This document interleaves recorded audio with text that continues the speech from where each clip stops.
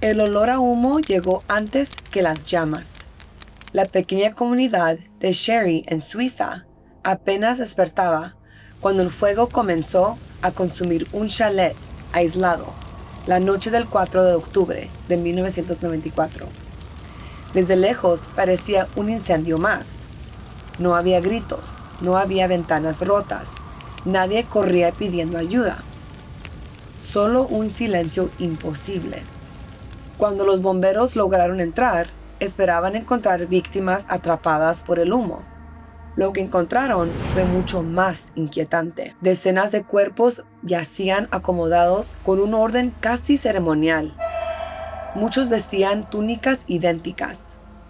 Algunos tenían bolsas de plástico cubriéndoles el rostro. Otros habían recibido disparos mucho antes de que el fuego comenzara a borrar cualquier evidencia. Junto a ellos aparecían cartas que hablaban de un viaje espiritual, de abandonar la tierra, de reunirse con una existencia superior entre las estrellas. Aquella escena no parecía un accidente, parecía un ritual cuidadosamente preparado. Y ese fue apenas el principio de una investigación que terminaría revelando una de las tragedias sectarias más estremecedoras del siglo XX. Bienvenidos de nuevo, queridos oyentes, a este canal donde ponemos el foco sobre esas pobres almas que han sido arrancadas de esta tierra demasiado pronto, así como sobre los monstruos, los misterios y las sombras que marcaron su final. Soy su anfitriona, la Reina de la Muerte.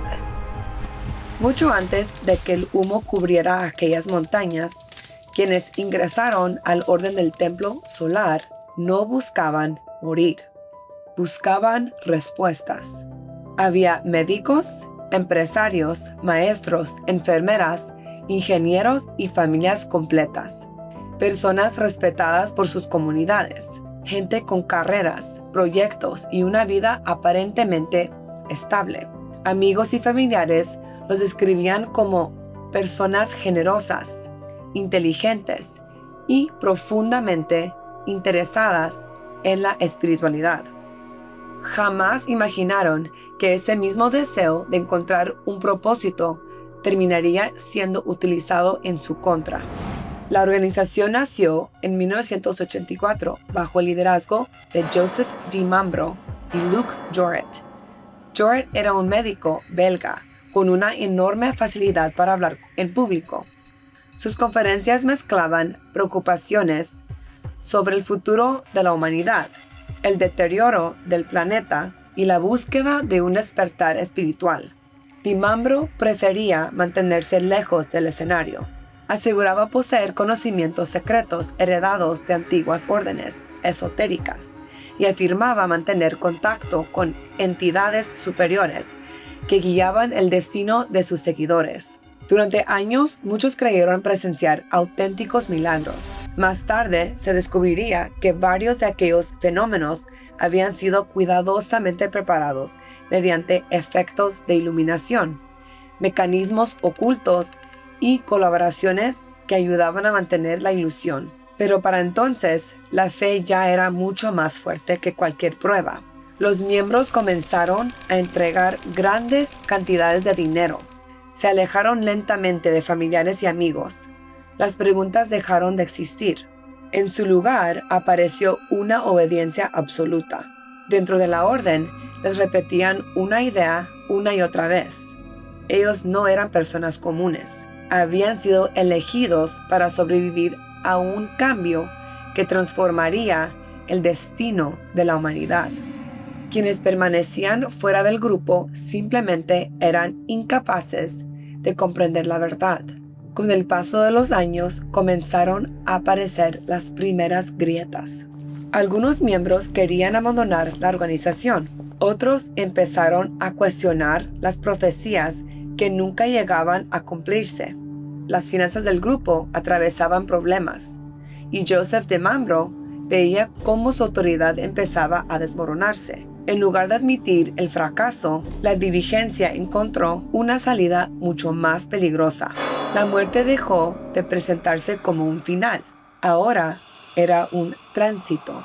Les dijeron que abandonarían sus cuerpos físicos para continuar su verdadera misión cerca de la estrella Sirio, donde alcanzarían un plano superior de existencia, lejos de la corrupción del mundo. Para quienes todavía confiaban plenamente en sus líderes, aquello no era un suicidio, era una liberación. Pero la evidencia demostraría algo muy distinto. Entre las víctimas había personas que nunca tuvieron oportunidad de decidir. Las investigaciones concluyeron que varios miembros fueron asesinados. Algunos habían sido sedados antes de morir. Otros recibieron disparos. Y entre todos ellos había niños. Uno de los casos más dolorosos fue el de Emmanuel Dutoit, un bebé que apenas tenía 3 meses. Joseph DiMambro llegó a convencer a sus seguidores de que aquel pequeño representaba una amenaza para el futuro espiritual de la orden. El bebé fue asesinado junto a sus padres. Ninguna creencia podía transformar aquello en otra cosa. Fue un homicidio. Entre el 4 y el 5 de octubre de 1994, las autoridades localizaron decenas de cuerpos en distintos escenarios de Suiza y Canadá. Muchos vestían las mismas túnicas ceremoniales. Los edificios habían sido incendiados de manera deliberada. Todo parecía diseñado para transmitir la imagen de una partida voluntaria. Sin embargo, la evidencia forense comenzó a demostrar esa versión. Varias víctimas presentaban heridas de bala incompatibles con un suicidio. Otras tenían restos de sedantes en el organismo. La escena había sido preparada con extremo cuidado, pero los hechos contaban una historia completamente diferente. Las autoridades comprendieron rápidamente que no estaban frente a incidentes aislados. Se trataba de una operación coordinada que había cruzado fronteras y que llevaba años preparándose.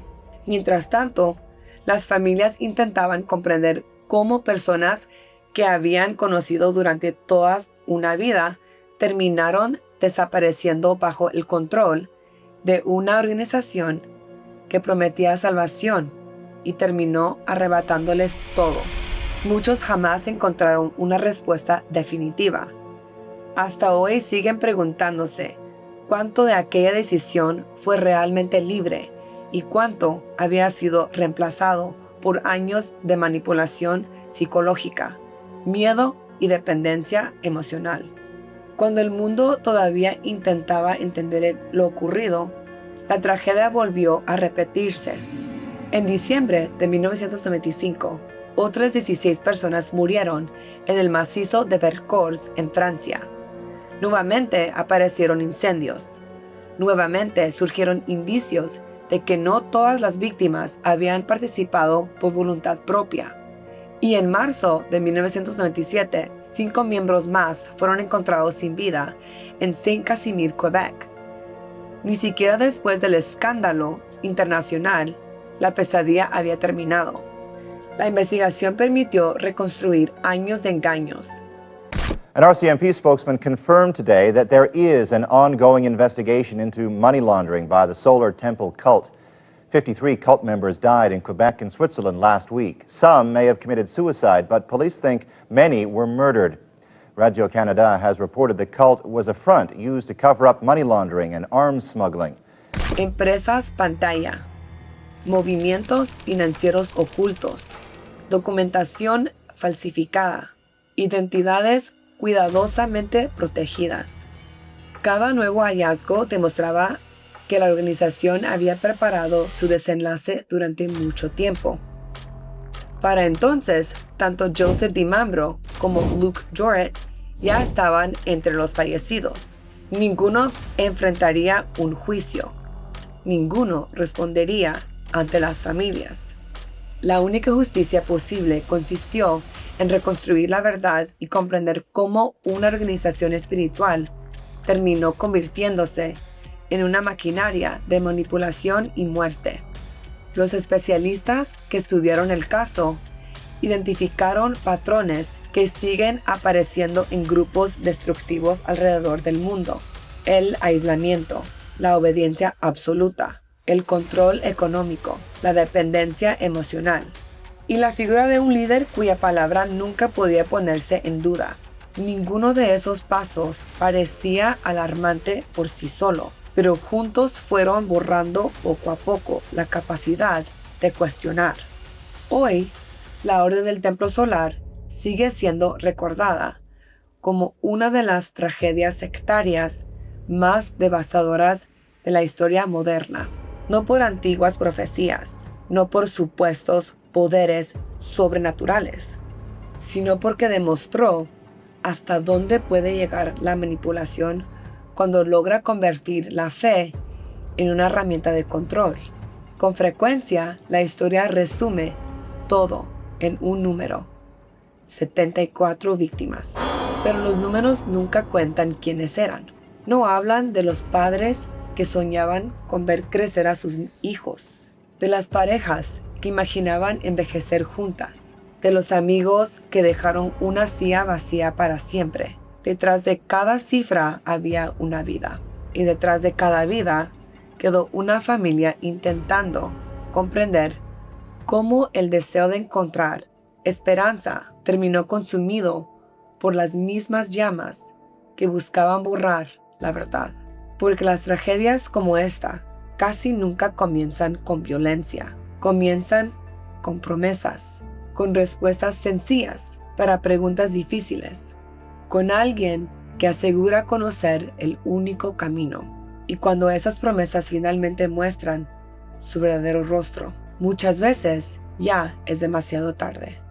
Gracias por acompañarme hoy en La Reina de la Muerte. Y recuerden, amigos, la muerte viene por todos cuando crees que vendrá por ti.